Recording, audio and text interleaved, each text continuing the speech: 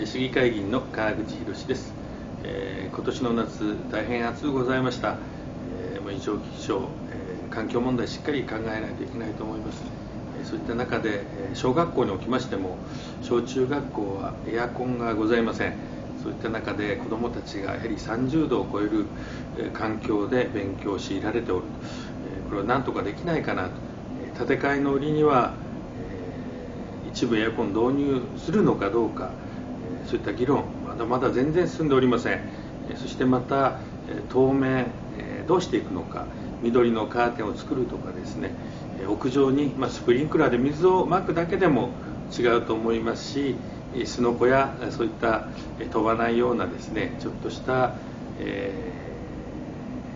パネルといいますか、熱を吸収するようなスポンジみたいのでも置くだけでも、それを湿らせるだけでも違うと思います。当然緑化はですね、重量の関係で難しいかと思いますが、今すぐやるのはですね、しかしながらそれを放置して何年もそのままにしておくという姿勢はいかがなものかな。何かできないか、水道からホースをつないでですね、庭でまくようなスプリンクラーで少し水をまくだけでも1度2度一番最上の階は温度が下がるんじゃないかなとも思います。そういった問題を先送りせずに、しっかりと予算がかかっても議論していく。じゃあかけない方法はないのか、きちんと議論していく。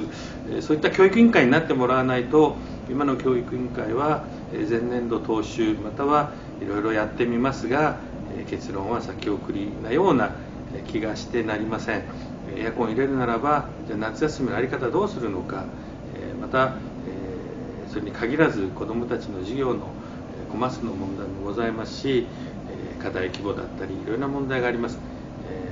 その教育に大変興味がございますし、当面の緊急避難できること、何をしていかないといけないのか、何ならできるのか、この暑さをですね経験して本当に環境を改善してあげねばならないと強く感じた次第です。